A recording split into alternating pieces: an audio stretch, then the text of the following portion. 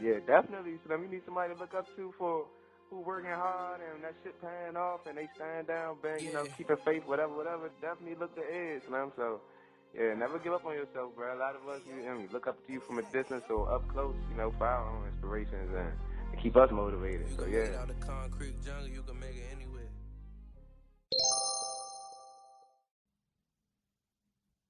Welcome to the Dreams by Any Means Motivation Station. I'm your host, Ed Doxson. Thank you, everyone, for tuning in today. Today, we got a very special guest. I know I say that a lot, but today we really got a special guest. Sometimes people could say no need for introduction, but this person does need an introduction.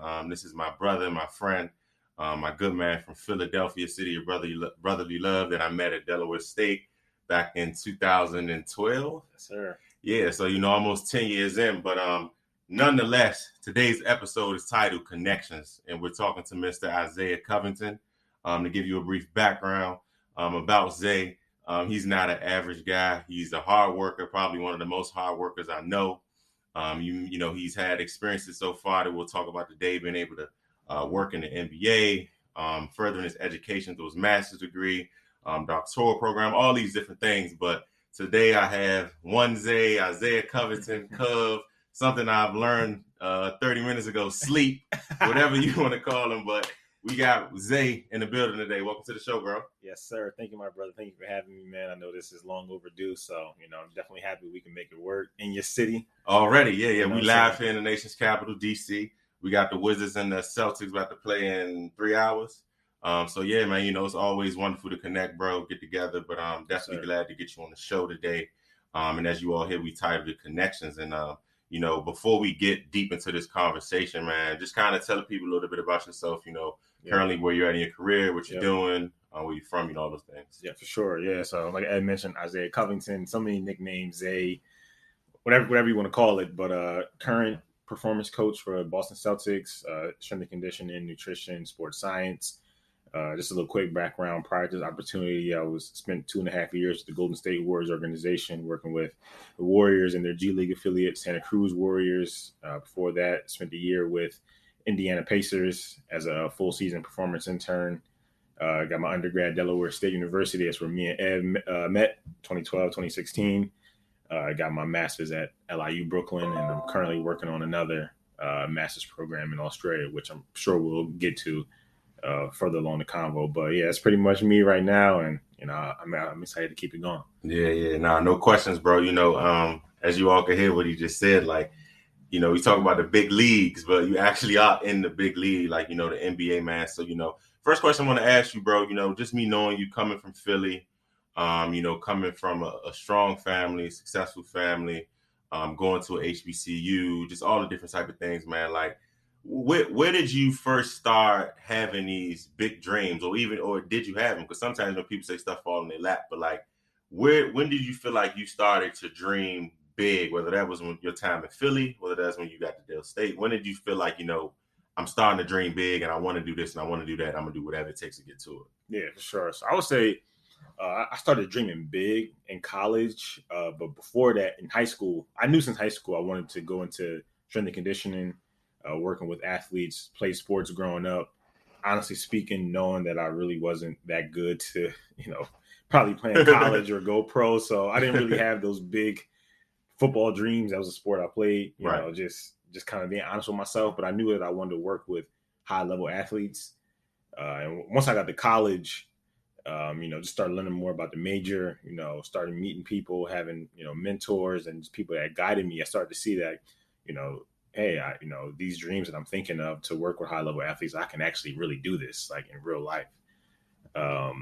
I would say, yeah. So I would say that's probably the moment where I really realized like, I can do this. And then, one of my family members, my cousin, he worked in pro sport, so just kind of following him through his journey as well. He kind of showed me that, this is possible, especially for people that look like us.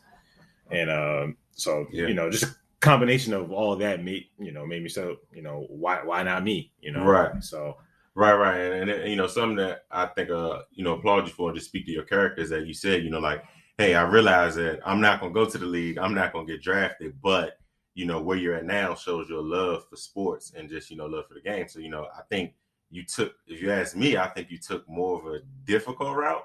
Right. Because it's like, I think if you have a talent or a God-given talent and you make it to the league, whatever, you can make it to the league, but it still doesn't mean that you make, some people go number one, but they still not successful. For sure. But you said, okay, I'm going to go on this side and I'm going to work on how do we prepare these athletes? How do we get them there? And it's like, it's so funny, y'all, because like I remember when Zay was at Delaware State, like he would be going to class and he would tell us what his major was and what he was doing and all that.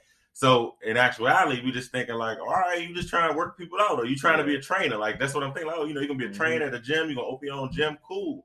But like once you got out there, I think, and I'm not even gonna say think, I know for a fact, the people that majored in what's the major in? Movement science, kinesiology. Yeah, movement science. The people at Delaware State that majored in that major, once they saw you leave and you did what you did with the major, I think it changed everybody's idea. Like, oh shit, like this can really be something different. Like it's just not working out. So what role would you say your HBCU played in preparing you for the league? And not just in the sense of education, but like if it's social skills, leadership skills, whatever the case is. Yeah, absolutely. I think, to be honest, like going to HBCU, Delaware State, to be exact, that definitely prepared me just, I would say more so really on the social side of everything. So just a quick background. While at school, I was involved with a lot of organizations. We was in student government together. SGA for life. Campus Activities Board, Men's Council, all those type of things. But that kind of showed me, that whatever you do in life, and especially in the field that I work with, you're always working with people, regardless if they're athletes or whatever, you're working with people. You may be working with groups of people trying to come to one common goal. You may be working one-on-one with a person, but the common denominator is you're working with people, and just being on these different organizations and things like that just showed me how to maneuver with that. And I think that played a huge role into, who I am today.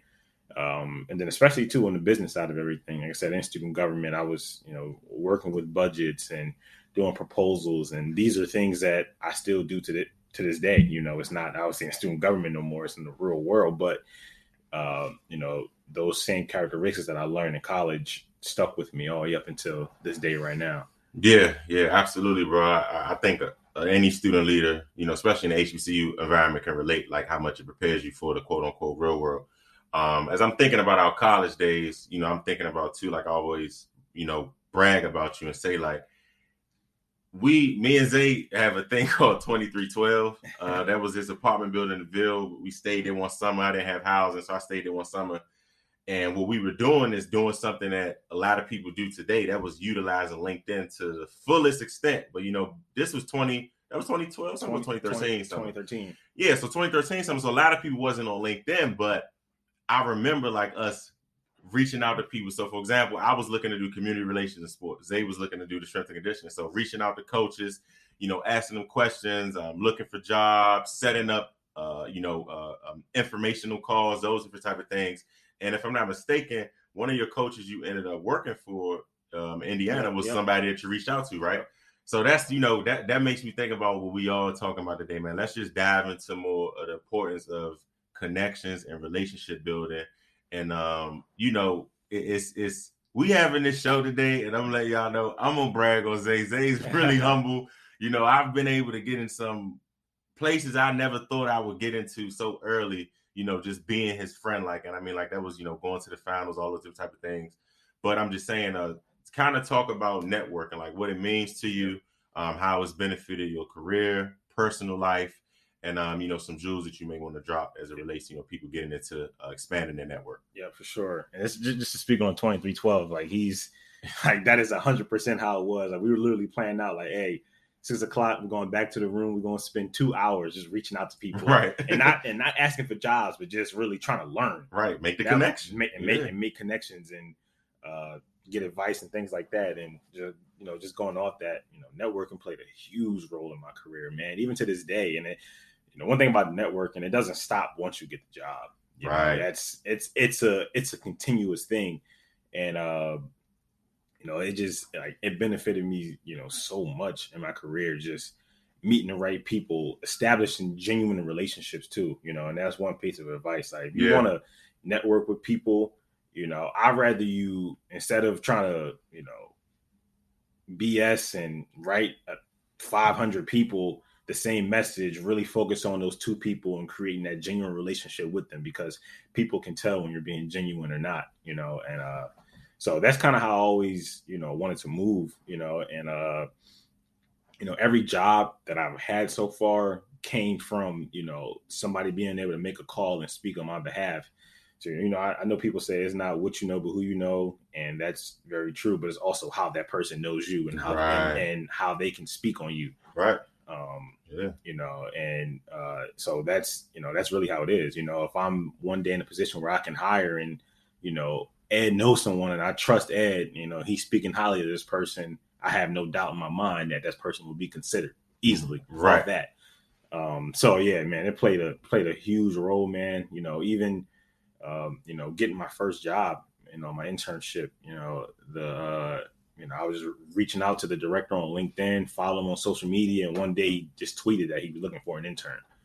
And I reached out and I was able to, obviously get the internship, but based off our prior conversations, he remembered me 2 years later, so, it's just, man, it's so important. It's crucial. Whenever I'm giving advice to someone, I tell them, that's, obviously you got to learn, like the education is a big piece, but the networking piece, man, is just as important. Yeah, no, absolutely, bro. And I think you hit it on the head as far as like, people think like, oh, I met this person or I got this business card or I connected with this person, but it's like really sustaining that relationship. Exactly. Like me and Zay similar in a lot of ways. We got a lot of similar connections, and it's one particular person, I won't say their name, but like we just be like sometimes like, dang, I feel like every time I hit him up, it's for a favor or it's for, asking something.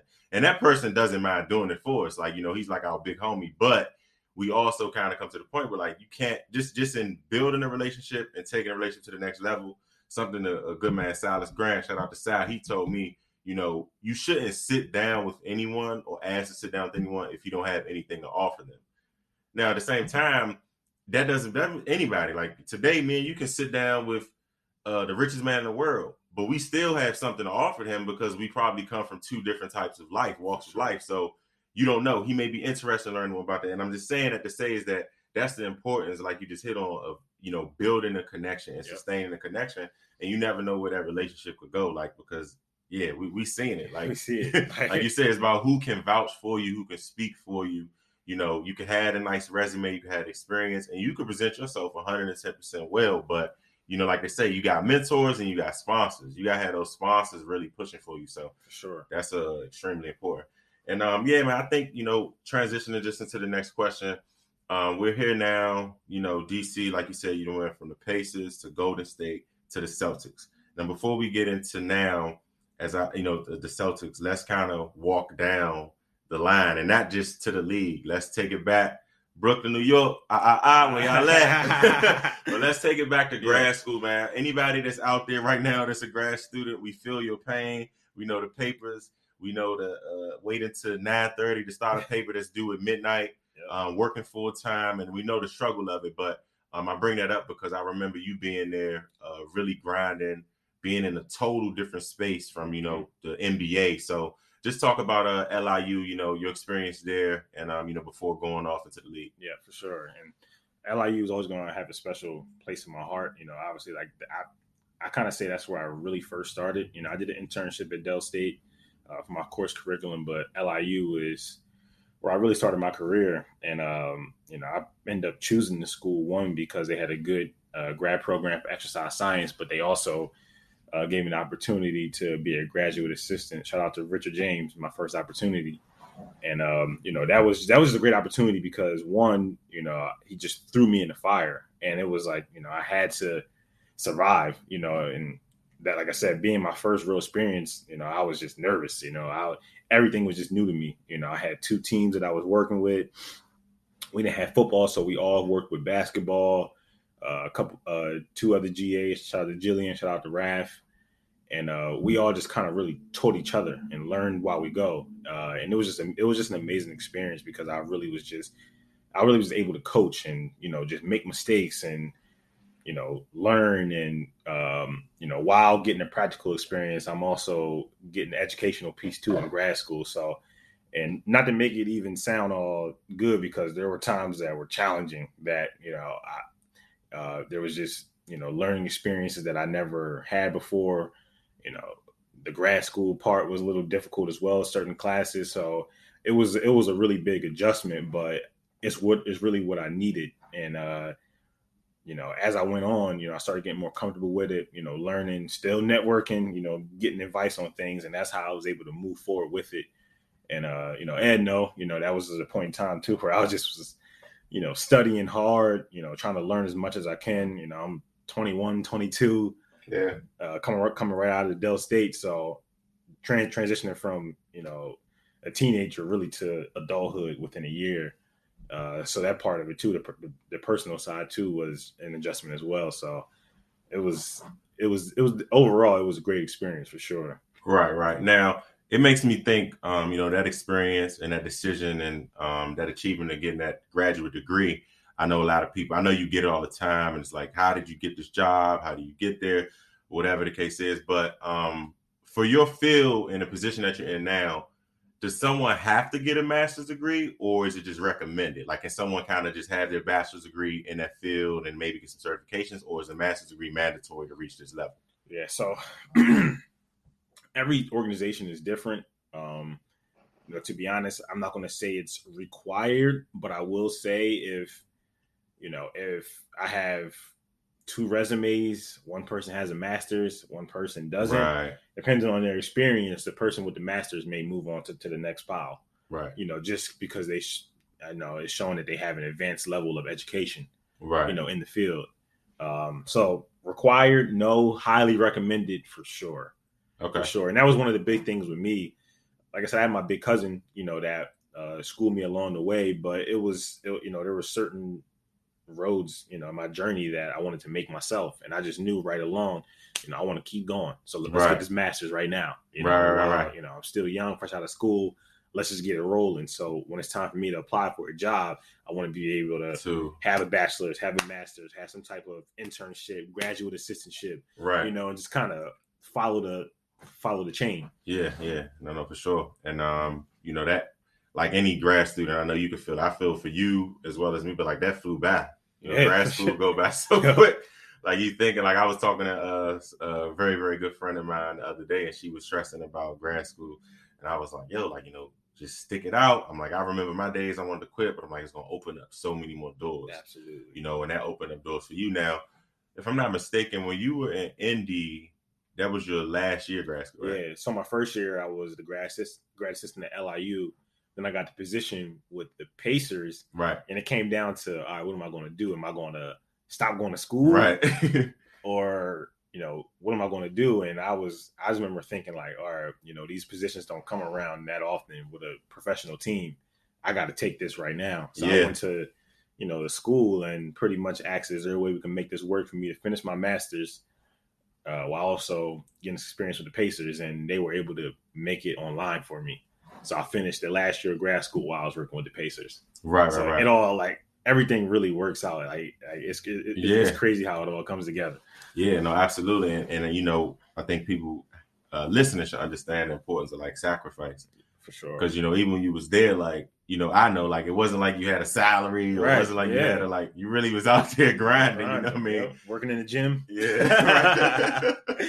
Yeah. So, really grinding, putting that work in. But also, too, I think it speaks to your character and your ambition because, I went out there. Like, I don't think I could live in Indiana. Like, I ain't gonna lie to you.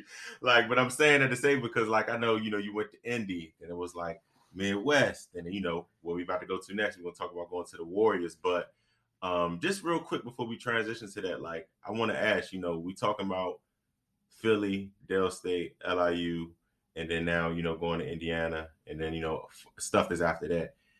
Do all these transitions, have you ever had some type of fear, concern, worry, or it's just been like, hey, I'm about to dive in and see what's up? Yeah, no, absolutely. Yeah. Definitely have fear. Yeah. I think especially going to Indiana because I didn't know anything about there, like nothing, so I'm like, even like all the way up until me getting there, just nervous, like what does it even look like out there? Right. am I going to be good enough? You Yeah. know, I don't know everything. I'm only 1 year removed from school. Like I Right. don't have it. Not even saying I have it all figured out. I don't have nothing figured out. Right. I ain't, and I'm be totally honest. You know, Yeah. that was really my thoughts going into it. But it was just like at the end of the day, they saw something in me that they liked. Right. You know, and that was the part where it was like, you know, they know I don't have it figured out. They know I'm like 21, 22.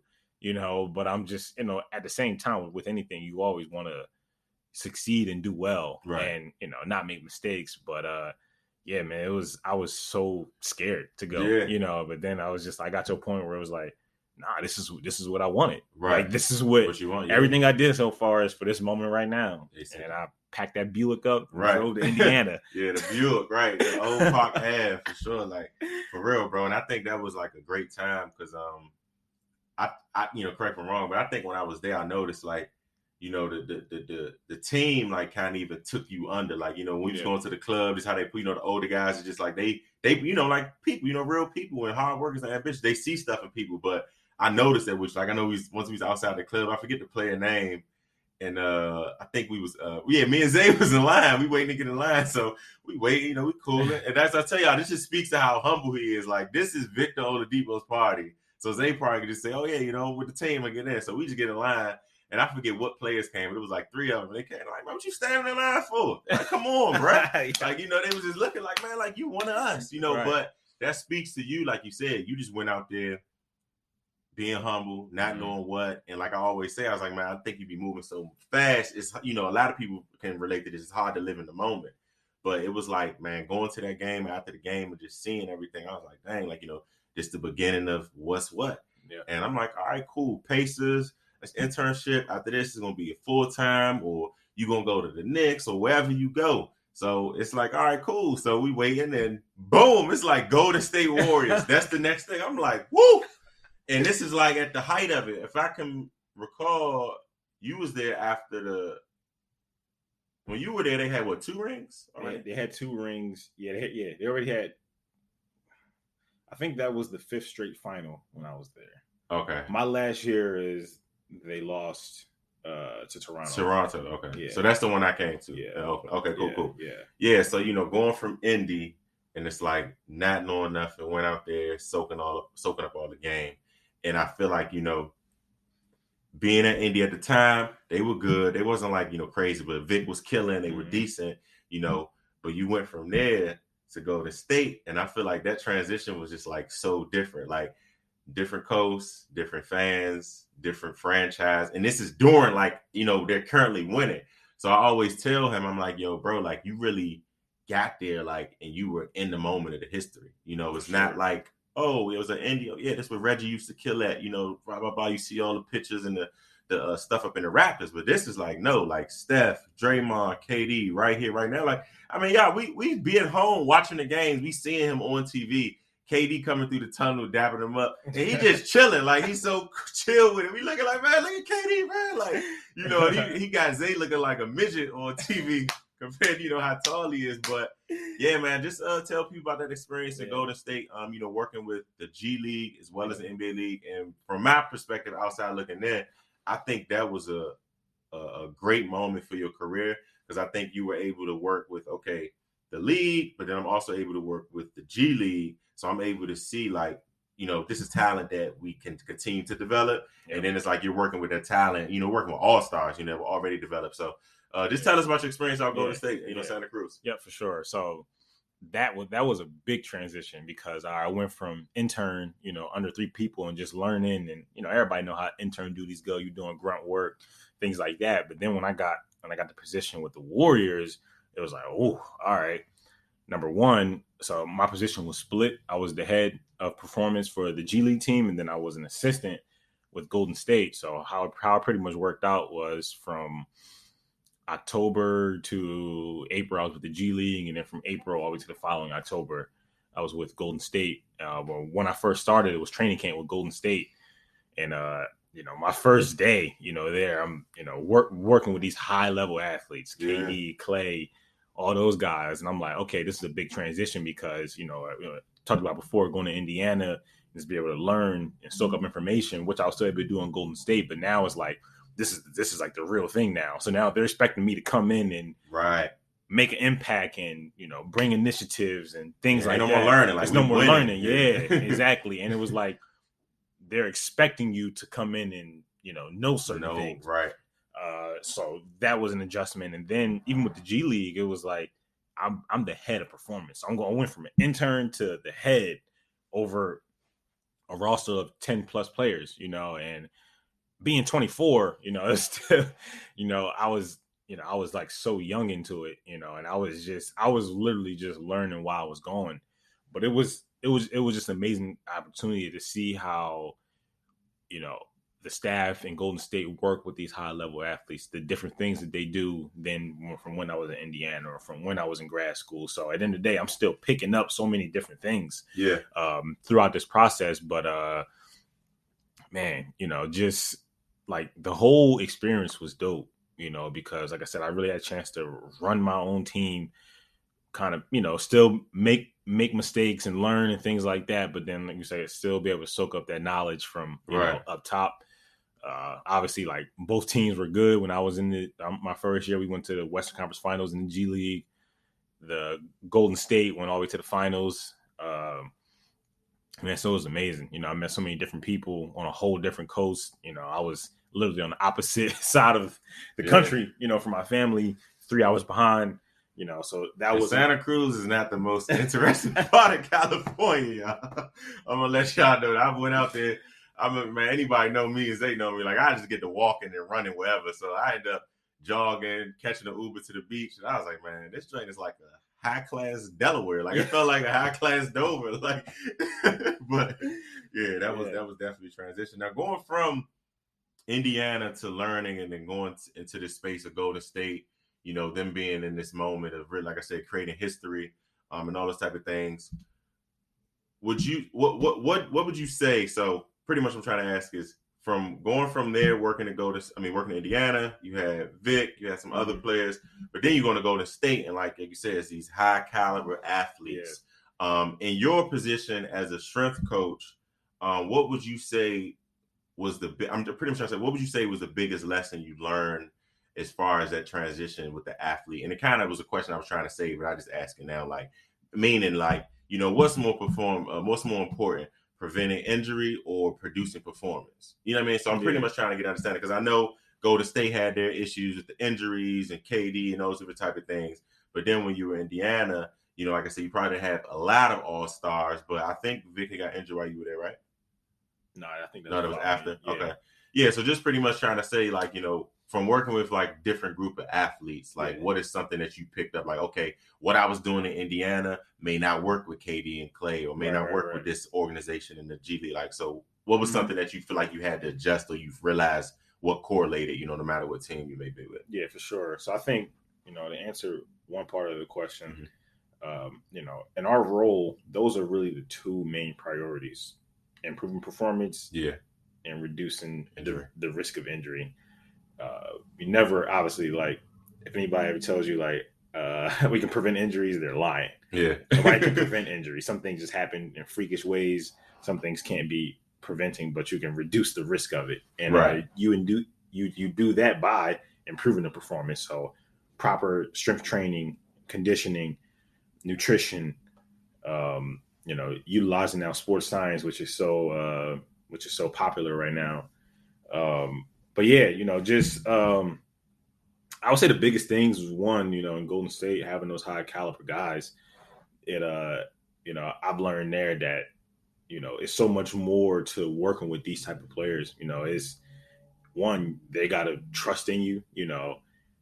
They went to 5 straight finals, so it's like anybody coming in there trying to create something new is, it's going to be an adjustment, because you said they've been winning. Right. So whatever they've been doing, obviously been working. And your idea may be like a risk. Right. Like, yeah, exactly. We switch this up. Yeah, exactly. Whereas, so number one, you got to create that relationship with those guys. It's an educational piece. You got to explain to them the why of what you're doing to get them to buy in and trust you. And be able to, if they tell you no, or, they don't want to do that, you got to be able to still be consistent in your effort to try to get the best out of their performance that you can get. Whereas, Indiana, small market team, like you said, not as many high caliber players. Yeah. But there, it was 6 or 7 guys there. All-star. Yeah. No, for sure. Exactly. Yeah. So I think, that's really probably the biggest difference that in it, and then, even now to my current role is kind of the same thing. So like, it's more like a partnership. Right. You know what I'm saying? So.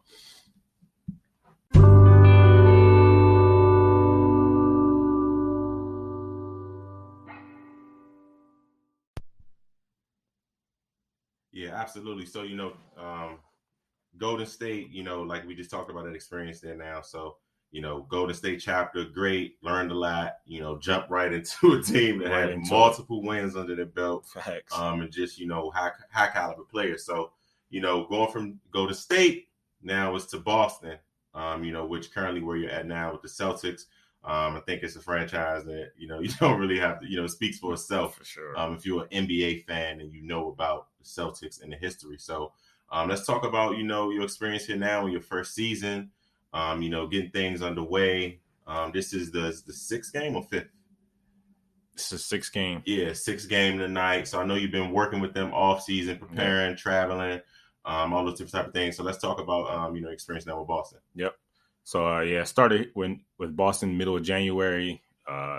Wild adjustment, starting, during COVID, mid-season. Anywhere I've been, I never started like in the middle of the season. So that was an adjustment, just coming in, not really knowing anybody. Everybody's wearing masks, trying to just figure everything out.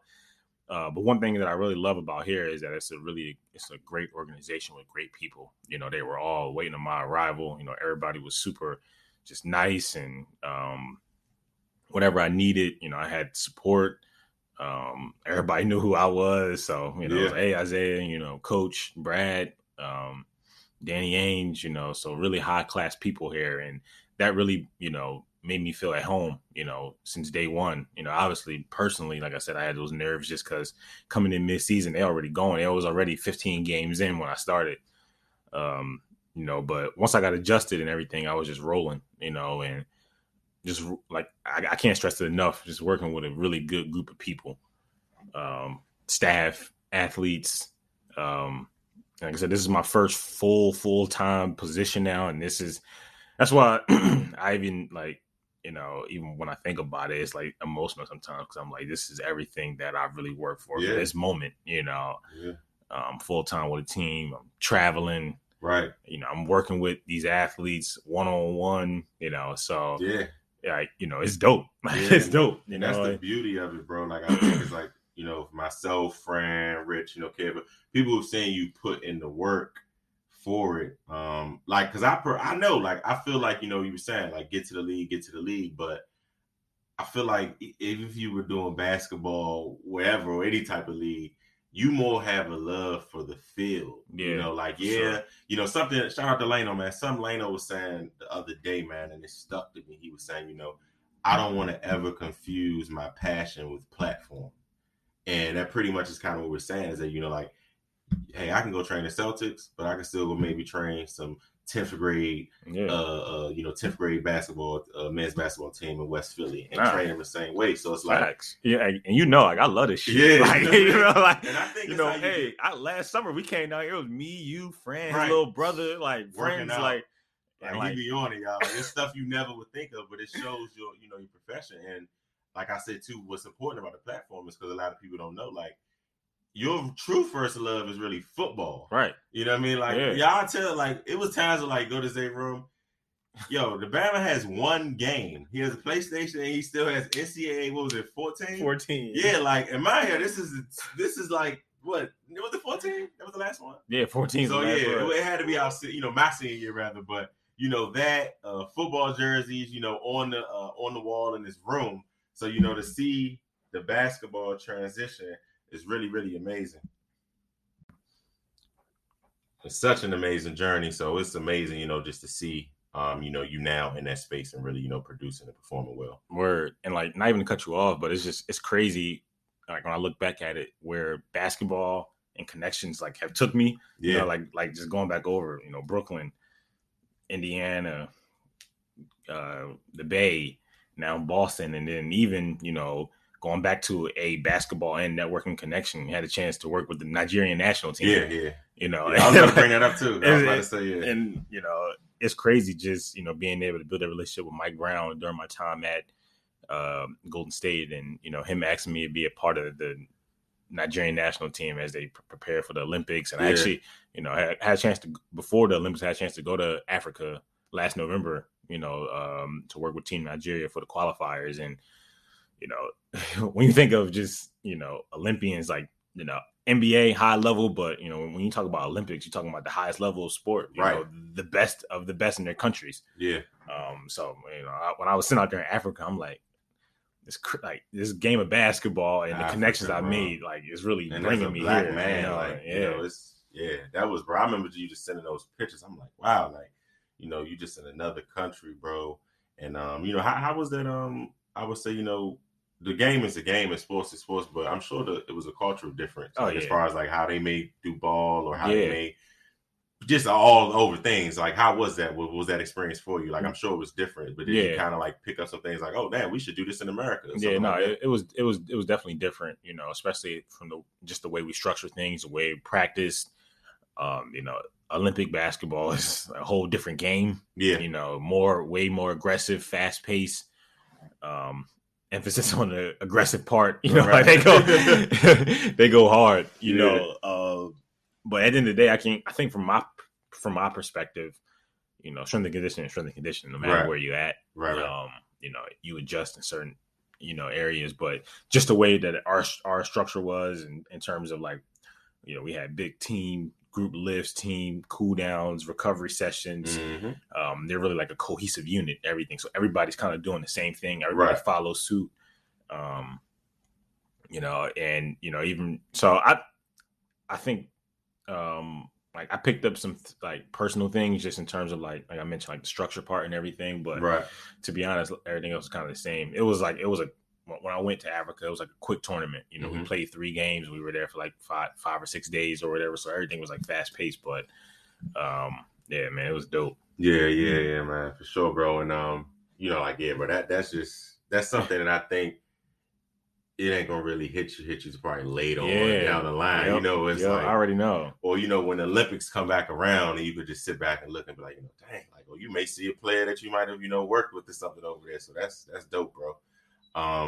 Just get back to thinking about the Celtics. I just want to kind of ask a question. I know the music fans listening, like, what's currently being played in the Celtics locker room? What's on the playlist? Ooh. What's before y'all get out there on the floor? What y'all lifting weights to? What is it looking like? Yeah, I like that.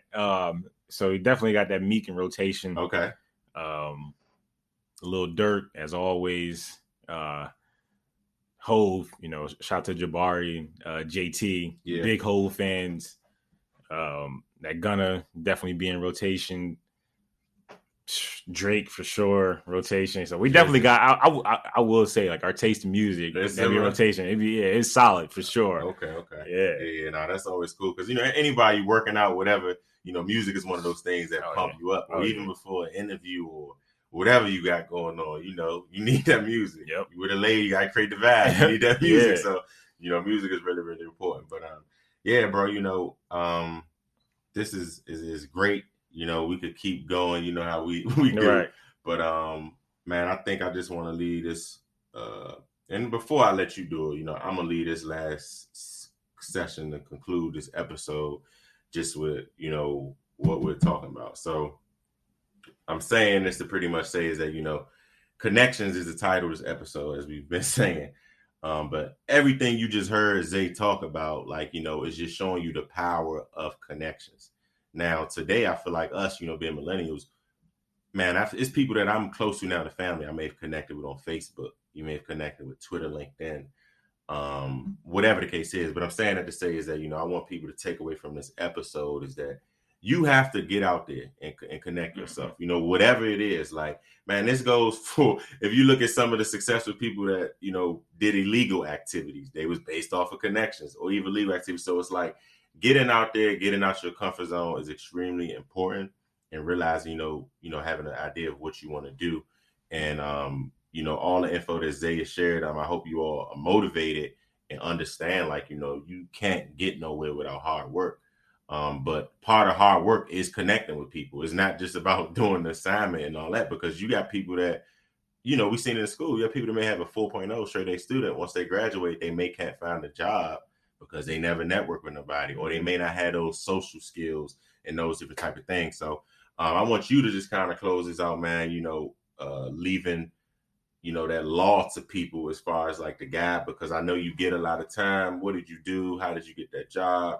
Can you hook me up with this job? Can you this? Can you that? And like, that's ideally is good. That's not a way to build a relationship. Yep. You know, maybe hit somebody up and ask them, how can I learn from you? Or what's your advice on this? But just hitting up saying, hey, can you do this? Can you do that? And I mean, if y'all have an established relationship, that's different. Right. But normally it comes from people where it's like, I might not even know you like that. So just leave the people that's listening, leave them that any means motivation coming from 1Zay, man, and just let them know, you know, the steps that they should take, man, that can ultimately lead to a successful career in life. Yeah, for sure. And to be honest, brother, like you, man, like you hit it, you know, with a lot of those key points, man. But just to kind of reiterate some of those points, man, like number one, get out there, you know, whether it's going to a conference, whether, you know, you're in somebody's city and asking, can you grab coffee? It's the small things, you know, can I just get 30 minutes to talk? Can I get 30 minutes to hear about your journey?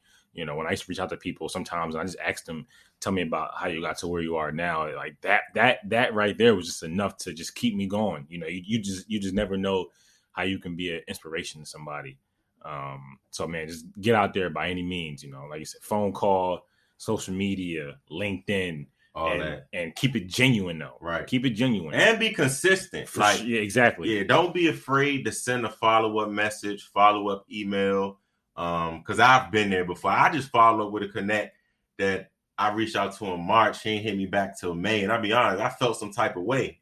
And then, you know, the other day I was thinking about it. I'm like, bro, get out your way. Like one thing Kobe said something in the interview, said, you know, he said, get over yourself. Like, don't think too much or think this. So I had reached back up to him and followed back up with him because I'm like, nah, this guy's a great potential plug, you know, that can help me in my career. So, yeah, the follow-up emails, the same way y'all sliding in the DMs, all that, you got to do that on LinkedIn. Like, trust me, I've been doing that this week. You know, you might hit back, you might not.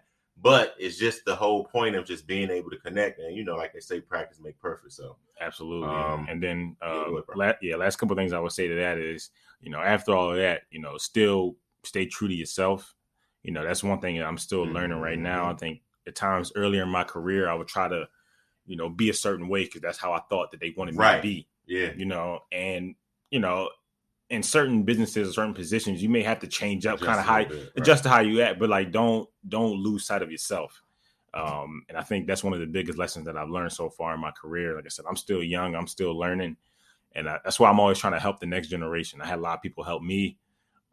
You know, even now, you know, I get it. You know, I'm busy a lot too, but if somebody writes me, I may not get back that same day or that same week, but I'm always going to try to reply and, you know, just share my journey and, you know, be able to help the next person. Like Jay-Z says his one line where he says something like, you know, hold the that. So hopefully you don't got to go through that, you know, and that's, and that's really how I try to, you know, live my life as well. So stay true, network. And then lastly, once you get in, still treat it like you just got there.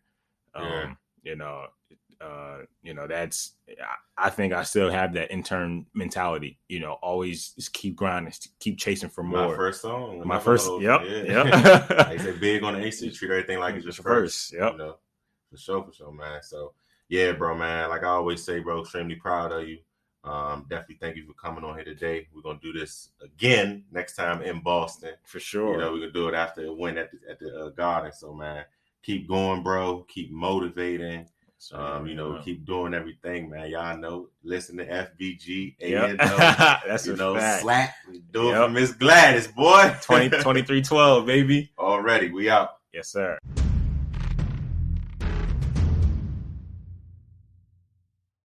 Thank you for tuning into Dreams by Any Means Motivation Station, where hustle plus faith equals success. Stay tuned for the next episode.